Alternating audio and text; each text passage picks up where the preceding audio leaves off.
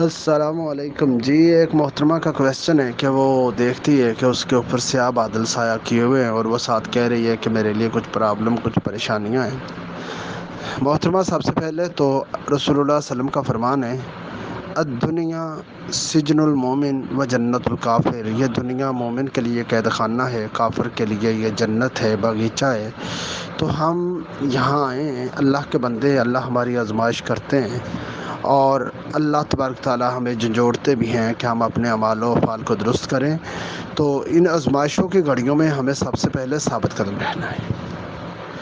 اس کے بعد ہمیں اللہ کی بندگی کرنی ہے، جو اس نے 5 وقت کی نماز ہم پر فرض کی ہے، رمضان کے روزے فرض کیے ہیں، ہم پر زکوٰۃ فرض کی ہے۔ ہم اللہ کے احکام کی بجاوری کرتے رہیں۔ اللہ نے 1000 کا لشکر بھیجا محمد رسول اللہ صلی اللہ علیہ وسلم کے مقابلے میں بدر میں۔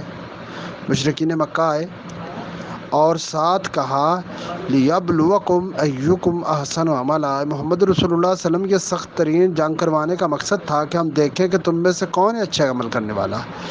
تو یہ سیاہ بادل پریشانی، غم، مصیبت کا باعث ہوتے ہیں۔ تو اللہ کی طرف سے اشارہ ہے کہ کچھ پریشانیاں بھی آئیں گی، کچھ مصیبتیں بھی آئیں گی، اور آپ کا کام ہے ان مصیبتوں پر، ان پریشانیوں پر شکر کرنا ہے، صبر کرنا ہے اور اللہ کی طرف رجوع کرنا ہے۔